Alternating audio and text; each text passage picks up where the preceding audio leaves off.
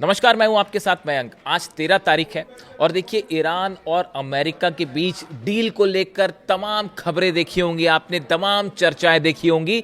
लेकिन इस बीच ईरान के विदेश मंत्री अब्बास अराक्ची साहब की तरफ से साफ कह दिया गया है कि जब तक ईरान की तरफ से कोई कंफर्मेशन ना आए किसी भी तरह की किसी डील को लेकर, किसी शर्त को लेकर, किसी बात पर आप विश्वास ना करें। तमाम बातें दिख रही हैं कि कई ये डील हो रही है, वो डील हो रही है, ये शर्त है, वो शर्त है, जबकि हकीकत ये है कि अभी जो असल मुद्दे हैं उन पर दूर दूर तक कोई चर्चा ही नहीं हुई है। ये बात ईरान की तरफ से साफ साफ कह दी गई है। यानी डोनाल्ड ट्रंप जो दावे कर रहे हैं वो फिर से एक बार हवा हवाई साबित होते दिख रहे हैं और हॉर्मुज में तनाव बढ़ गया है फिर से, और वो जंग वाले हालात फिर बनते जा रहे हैं। उस पर हम अलग से बात करेंगे। लेकिन इस वीडियो में मैं एक दूसरे मुद्दे की चर्चा करना चाह रहा हूं जो कल हुआ ये, और इस पे मेरी नज़र थी। और उसके बाद जो पैनिक और टेंशन फैला अमेरिका में और अमेरिका के CIA में और मोसाद में, इसराइल की जो खुफिया एजेंसी है, वो सब के सब तनाव में आ गए। अब ये खबर क्या थी, इसको ध्यान से समझना पड़ेगा। देखिए होता क्या है कि IRIB, ये ईरान का जो स्टेट नेटवर्क है, न्यूज़ चैनल कह लीजिए, इनकी तरफ से एक फुटेज जारी किया गया, चलाया गया खबरों के दौरान। यानी ईरान के टीवी पे IRIB की तरफ से जो खबरें चल रही थी उस दौरान एक फुटेज चलाया गया, एक विजुअल चलाए गए। अब ये विजुअल क्या थे? ये विजुअल थे जिस तरह से परमाणु धमाका होता है, एटमी धमाका होता है, उसके बाद जो मशरूम क्लाउड बनता है, उसका विजुअल चला दिया गया अचानक। और जैसे ही ये खबर चली, जैसे ही ये विजुअल चले, देखिए उसमें कुछ दावा कुछ नहीं किया जा रहा था, लेकिन जैसे ही ये खबर चली, ये विजुअल्स देखे लोगों ने, उसके बाद पूरी दुनिया में अचानक, खास तौर पर अमेरिका और इजराइल में ये खबर फैल गई कि भाई क्या ईरान ने परमाणु परीक्षण कर लिया है, और इसी वजह से ईरान की जो ये स्टेट रन नेटवर्क है, इसने ये विजुअल्स चला दिए। इस तरह की खबरें फैल गई और अचानक जितने न्यूक्लियर एक्सपर्ट्स हैं, साइंटिस्ट हैं, IAEA हो, CIA हो, वॉशिंगटन हो, पेंटागन हो, सब में ये हलचल शुरू हो गई कि भाई अचानक ईरान के सरकारी चैनल पे ये परमाणु धमाके के विजुअल्स कैसे चल गए। अब देखिए पहले खबर क्या है, इसकी हकीकत क्या थी, वो भी आपको बताऊंगा मैं, और कितना पैनिक था अमेरिका और इजराइल में इस खबर को लेके, ये भी आपको बताऊंगा। देखिए खबर क्या थी। A controversial broadcast by Iran state run network IRIB has sparked wide spread speculation after footage depicting a nuclear explosion briefly appeared during a news program. एक न्यूज प्रोग्राम के दौरान न्यूक्लियर धमाके के जिस तरह से विजुअल होते हैं, ऐसे विजुअल टेलीविजन पे चला दिए गए। The graphics showing a blinding flash followed by a towering mushroom cloud over a city. अब ये विजुअल में क्या था, इसमें एकदम तेज धमाका होता है, जिस तरह से एटमी धमाके होते हैं उस तरह का धमाका होता है, और उसके बाद एक तेज रोशनी निकलती है और मशरूम क्लाउड बनता है। ये बिल्कुल उसी तरह का मशरूम क्लाउड था जिस तरह का न्यूक्लियर धमाके के बाद बनता है। Immediately fueled rumors online and raised questions about Iran's nuclear ambition। और जैसे ही ये खबर चली उसके बाद ये जो है, मतलब ये विजुअल चले, उसके बाद जो है ये पैनिक फैल गया कि ईरान ने या तो न्यूक्लियर टेस्ट कर लिया है या करने वाला है। इस तरह की बातें शुरू हो गई। IRIB later dismissed the incident as an editing error and denied reports that the network had been hacked। अब देखिए जब ये पैनिक हुआ उसके बाद कुछ देर बाद IRIB जिनकी तरफ से ये विजुअल चलाए गए थे, ये ईरान का जो है स्टेट रन नेटवर्क है, मतलब सरकारी एक प्रकार का चैनल आप कह लीजिए, उसकी तरफ से फिर सफाई आई। उसने सफाई ये दी कि भाई ये जो परमाणु धमाके के विजुअल चल गए, ये गलती से चल गए और हमारा कोई नेटवर्क हैक भी नहीं हुआ था। इस तरह की भी खबरें थी कि हैकिंग करके ये चला दिया गया विजुअल, तो उन्होंने कहा कोई हैकिंग नहीं हुई थी और हमसे गलती से चल गया। अब देखिए न्यूज़ चैनल्स में हम लोग भी काम करते हैं, तो गलती से परमाणु धमाके के विजुअल तो नहीं चलते हैं, तो इसीलिए कहा गया, कई इंटरनेशनल एक्सपर्ट्स ने ये माना कि ये ईरान के सरकारी चैनल पे जो परमाणु धमाके के विजुअल चले, ये एक बड़ी वार्निंग थी इजराइल और अमेरिका के लिए। कुछ ही देर के लिए चले ये विजुअल्स, लेकिन पूरी दुनिया ने इसको नोटिस कर लिया। और जितनी खुफिया एजेंसीज हैं भाई, एक तो अमेरिका में और इजराइल में जो है वो बड़े बड़े खुफिया एक्सपर्ट्स जो हैं वो ये बैठ के ही देखते रहते हैं कि ईरान में क्या चल रहा है, वहाँ कहाँ प्रदर्शन हो रहा है, कितने लोग प्रदर्शन कर रहे हैं, टीवी पे क्या चल रहा है, प्रेस में क्या चल रहा है, वो ये इसी को फॉलो करते रहते हैं। तो वो सब बेचारे टेंशन में आ गए कि अरे ये कहीं ब्लास्ट तो नहीं कर दिया इन्होंने। तो उसके बाद उनकी तरफ से कहा गया कि नहीं, ये भाई ये गलती से चला था।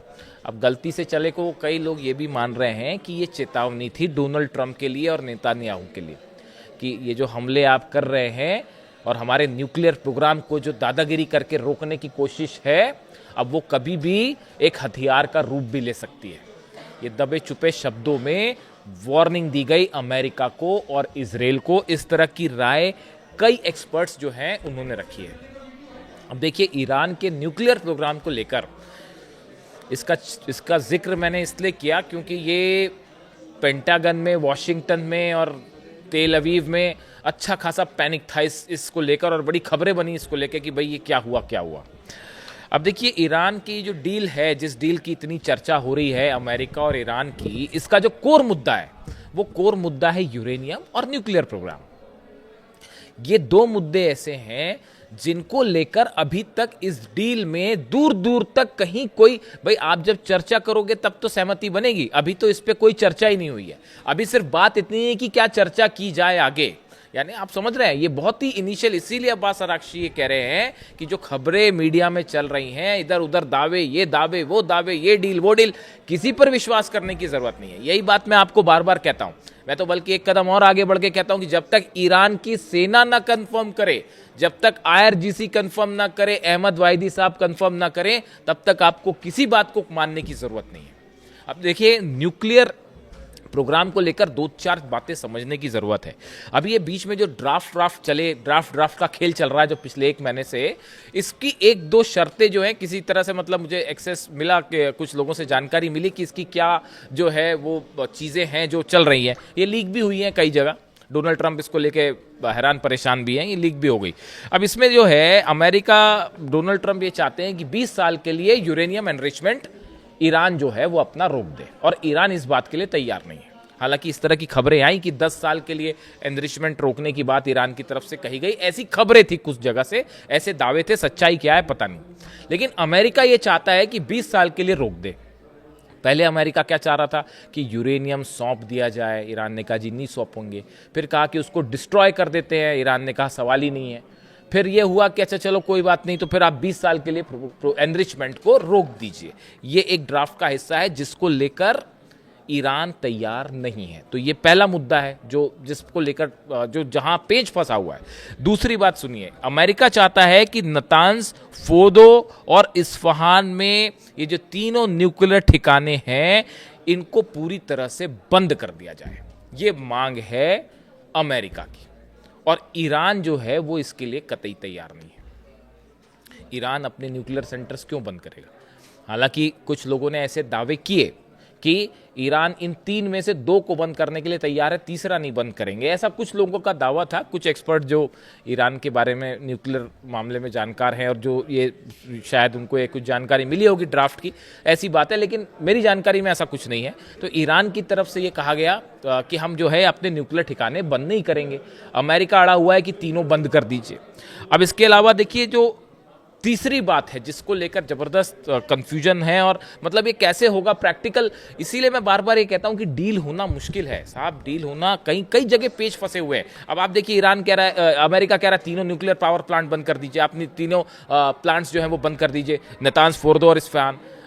ईरान तैयार नहीं है। वो ये कह रहा है कि साहब जो है 20 साल के लिए रोक दीजिए एनरिचमेंट, उसके लिए तैयार नहीं है। तीसरी बात जो है, अमेरिका ये चाहता है कि ईरान के जितने न्यूक्लियर ठिकाने हैं, जहां जहां एनरिचमेंट होता है या पावर प्लांट्स हैं, वहां सब जगह IAEA को एक्सेस दिया जाए। जो इंटरनेशनल एटॉमिक एनर्जी कमीशन है, IAEA जो है, वो सब जगह जाके इंस्पेक्शन करने की अनुमति मिल जाए। अब ईरान के ये बड़े सारे जो ठिकाने हैं, ये ऐसी जगह हैं जो कि IRGC के, ईरान की सेना और IRGC के लोकेशंस हैं, जहां पर ये यूरेनियम एनरिचमेंट का काम हो रहा है, या जहां पर यूरेनियम रखा हुआ है, या जहां पर जो है न्यूक्लियर प्रोग्राम्स चल रहे हैं। ये IRGC के ठिकाने हैं साहब। ईरान ईरान की सेना के ठिकान, कौन सा देश किसी दूसरी इंस्पेक्शन एजेंसी को अपनी सेना के ठिकानों में अंदर आने की इजाजत दे देगा और कैसे दे देगा? ये संभव है? ये संभव ही नहीं है। आप समझ रहे हैं ये डील जो फंसी हुई है। इसीलिए बड़े सारे लोग ये कह रहे हैं कि अगर कुछ ड्राफ्ट सामने आ भी जाए, इनिशियल लेवल पर कुछ साइन हो भी जाए, तो भी ये लंबा नहीं चलेगा, ये टूट जाएगा। जब 2015 में इतने सारे देश बीच में काउंटर गारंटी बने, सब कुछ हुए, लेकिन वो टूट गया ना, समझौता तोड़ दिया अल्टीमेटली ने, और डोनाल्ड ट्रंप ने तोड़ा उसको। तो अब तो हालात ऐसे हैं कि एक दूसरे का दोनों पर कोई विश्वास ही नहीं है। उस समय तो जंग नहीं हुई थी, इस समय तो अब ये 2-2, 3-3 जंग हो चुकी है। आप ईरान के सुप्रीम लीडर को असैसिनेट कर चुके हो और ये सोचते हो कि ईरान विश्वास करेगा। कैसे कर लेगा? किसी सूरत में नहीं ईरान विश्वास करेगा। दूर विश्वास का कोई सवाल ही नहीं है। किस बात पर विश्वास करें? आपको ये पहले सोचना था अली खामनेई साहब पर असैसिनेशन करने के पहले। ये सब चीजें तो चलती रहेगी, आपकी जंग चलती रहेगी और ये मिसाइलें चलती रहेगी, ड्रोन चलते रहेंगे और टॉम हॉक मारोगे, वो अपनी जो है वो फतह मारेगा और खुर्रम शहर मारेगा। ये सब तो चलता रहेगा साहब, ये जंग चलती रहेगी, हॉर्मुज की जंग चलती रहेगी। लेकिन अली खामनेई साहब को असैसिनेट नहीं करना था। जो बची कुछ संभावनाएं थी डील होने की, वो आपने खुद खत्म कर दी है। और आपको क्या लगता है कि डील पेपर कोई साइन हो जाएंगे तो लंबा चलने वाला है? वो कतई लंबा नहीं चलेगा। आपको पता है आईआरजीसी के जो चीफ है अहमद वाइदी साहब, उनकी तरफ से क्या बयान आया है? उन्होंने ये शर्त रख दी है सामने, एक कौन मेडिटेशन कर रहा है और कौन क्या कर रहा है भूल जाइए इसको। जब तक ईरान की सेना कोई बात ना बोले तब तक मानिएगा मत। ईरान की सेना की तरफ से कहा गया है, अहमद वाइदी साहब की तरफ से शर्त रख दी गई है कि पहले हमारी जो फ्रीज संपत्ति है उसको रिलीज करो, उसके बाद हम बात करेंगे। धोखा किसने किया? अमेरिका ने। डील के बीच में हमले क्यों हुए? छठी दौर की बातचीत के बीच में हमले अमेरिका ने किए। फिर बातचीत हो रही थी, हमले किसने किए? अमेरिका ने किए। तो क्यों विश्वास किया जाए? तो अब वही स्टैंड यही है। अब अहमद वाइदी और ईरान की सेना जो है वो अली खामनेई साहब वाले फॉर्मूले पे चल रही है, एक कदम आगे। अगर एक कदम आगे नहीं चले होते तो आज पिट गए होते। अली खामनेई साहब का प्लान था पूरा, कि उनको पता था कि आज नहीं तो कल ये होने वाला है। तो देखिए उनकी प्लानिंग कैसी थी, चाहे ड्रोन्स हो, चाहे मिसाइल्स हो, मोजाइक सिस्टम हो, वो पूरी जंग के लिए तैयार थे। इसीलिए आज दुनिया का सबसे बड़ी ताकत घुटनों पर है। इसका पूरा क्रेडिट जाता है ईरान के सुप्रीम लीडर अली खामनेई साहब को। ना सिर्फ एक सुप्रीम लीडर थे बल्कि बेहतरीन आर्मी कमांडर थे। और उन्हीं की प्लानिंग का नतीजा है कि दो महाशक्तियां, दो देश मिलके जो है, जो अपने हथियारों का इतना बड़ा दम भरते हैं, ईरान का कुछ नहीं बिगाड़ पाए।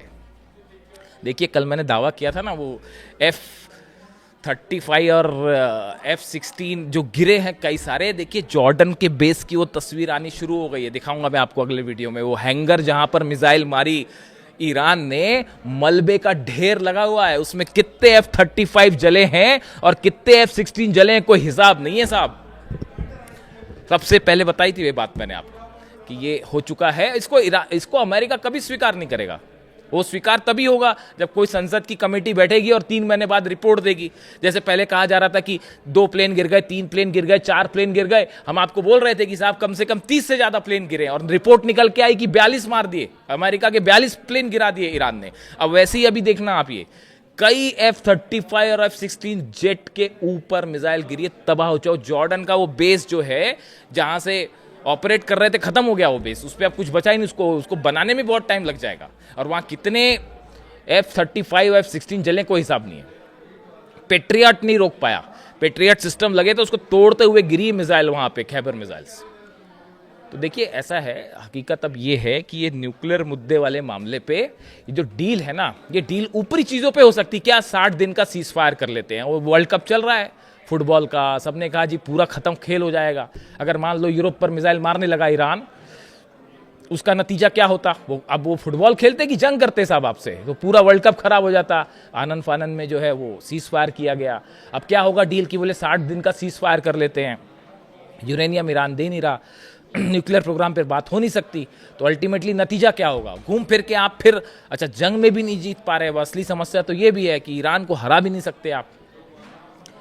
कल मैं आपको कल सुबह वीडियो जो बताऊंगा उस पर मैं आपको बताऊंगा कि अमेरिका इस सीज फायर के जरिए, मुझे आज ही बताना था ये बात, लेकिन कुछ इन्फॉर्मेशन ईरान से आनी है, वो आने में वक्त लग रहा है। जैसी ही आएगी मैं इसको फिर कंफर्म करूंगा एग्जैक्टली डोनाल्ड ट्रंप का प्लान क्या है, हॉर्मुज में क्या चाहते हैं डोनाल्ड ट्रंप। एकदम पुख्ता जानकारी, वो कल के वीडियो में बताऊंगा। लेकिन अभी ये जो न्यूक्लियर मुद्दा है, ये डील क्यों नहीं हो पाएगी, ये न्यूक्लियर मुद्दे पर पेच ऐसा फंसा हुआ है। ईरान की सेना के जो अड्डे हैं, ठिकाने, वहां पे कैसे आईएईए को अंदर आने दें, आप खुद बताइए, संभव ही नहीं है ये। और इतने हमलों के बाद अली खामेनी साहब ने कभी न्यूक्लियर बम नहीं बनाया। उन्होंने कहा था हम कभी नहीं बनाएंगे, और कभी उन्होंने इसकी इजाजत नहीं दी। उनसे डील करनी चाहिए थी, तो उन पर आपने हमला कर दिया, उनको और वो भी इस गलतफहमी में मत रहिए कि हमला करके उनको शहीद कर दिया। वो खुद चाहते अगर, तो वो कोई उनको असैसिनेट नहीं कर पाता। वो तो उन्होंने कहा कि तेहरान के लोगों को आप नहीं छुपा सकते बंकर में, तो मैं भी नहीं जाऊंगा। वो उनकी इच्छा थी। इस गलतफहमी मत रहिए, अगर कोई सोचता है कि अमेरिका ने उनको असैसिनेट कर दिया, इजराइल ने कर दिया, ऐसा कतई नहीं है। और ईरान को जीता भी नहीं जा सकता, ये बात भी, अब ये बात समझ जानी चाहिए। बात अब तक पता नहीं क्यों समझ नहीं आई, मुझे तो बड़ा हैरानी होती है। अमेरिका के थिंक टैंक्स जो हैं बड़े बड़े, वो इजराइल के, किसी को लगता है वाकई ऐसा कि ईरान को कोई हरा सकता है? कोई नहीं हरा सकता साहब, ईरान को किसी रूप में नहीं। आप ग्राउंड ऑपरेशन करेंगे तो पता नहीं क्या हो जाएगा, वो तो ब्लड बाथ हो जाएगा। जो हमला करेगा वो बहुत बुरी तरह से मुंह की खाएगा। तो अब ऐसे हालात में इन सब, अब देखिए इसीलिए जो है नॉर्थ कोरिया ने जो है, किम जोंग उन ने न्यूक्लियर टेस्ट कर लिया। अब बोला कि भैया आप करो अब हमले, हम बताते हैं आप पे। और वो तेजी से आर्सेनल बढ़ा भी रहा है। अब वो देखिए, वो हकीकत ये है, आपको बताएं, जैसे ये ईरान पर हमला हुआ उसके बाद से वो नॉर्थ कोरिया ने अपने न्यूक्लियर बॉम्ब बनाने की जो स्पीड है वो दुगनी कर ली है। मतलब वो मिसाइल्स भी बना रहा है, बॉम्ब्स भी बना रहा है, सब कुछ बड़े तेजी से चल रहा है। और वहाँ पे कई सारे न्यूक्लियर जो है वो चल रहे हैं। अच्छा, एक और बड़ी इंटरेस्टिंग जानकारी ये भी है, कई तरह की इस तरह की रिपोर्ट से बात भी कह रही हैं कि नॉर्थ कोरिया में जो न्यूक्लियर प्रोग्राम चल रहे हैं, इनरिचमेंट सेंटर्स चल रहे हैं, उनका बड़ा ईरान कनेक्शन भी हो सकता है। यानी इस तरह के भी दावे हैं कई कि जो ईरान का यूरेनियम है, ये हो सकता है कि उसका इनरिचमेंट प्रोग्राम जो है नॉर्थ कोरिया में चल रहा हो। या इस तरह की भी बातें हैं कि नॉर्थ कोरिया में कोई बड़ा न्यूक्लियर एटॉमिक प्रोग्राम चल रहा है जो कि ईरान का है और चल नॉर्थ कोरिया में रहा है। ये इस तरह से कई खुफिया रिपोर्ट्स हैं CIA की और मोसाद की। यानी ऐसी सूरत में आप देखिए, चाइना, रशिया, रूस का नेटो को लेकर क्या हाल है, वो तो एटॉमिक फ्लैश पॉइंट पर बैठे हुए हैं। और चाइना और रशिया किसी सूरत में ईरान का साथ नहीं छोड़ेंगे। और ईरान को अगर कभी भी ऐसी सिचुएशन पड़ी तो वो हमेशा ये बात श्योर करेंगे कि जो आर्म्स हैं, एम्यूनिशन है, मिसाइल्स को लेकर कई बार मुझसे पूछा जाता है कि भाई ईरान के पास कितनी मिसाइल्स बची हैं, क्या खत्म तो नहीं हो रही हैं? इसकी संख्या कोई नहीं जानता कितनी है। खत्म होना तो छोड़िए, वो 48 घंटे में उसने जॉर्डन, बहरीन और कुवैत में जो धुआं किया है कतर में, उससे आप अंदाज लगा लीजिए कि क्या हालात है। और ऐसे में रशिया और चाइना कभी ये आर्म एम्यूनिशन सप्लाई कम नहीं होने देंगे। यानी ये जो डील की बातें हैं तमाम, ये बहुत दूर की कौड़ी है। अगले वीडियो में एक और बड़ा खुलासा कल सुबह मैं करूंगा। वीडियो कैसा लगा कमेंट करके ज़रूर बताइए। Thank you so much.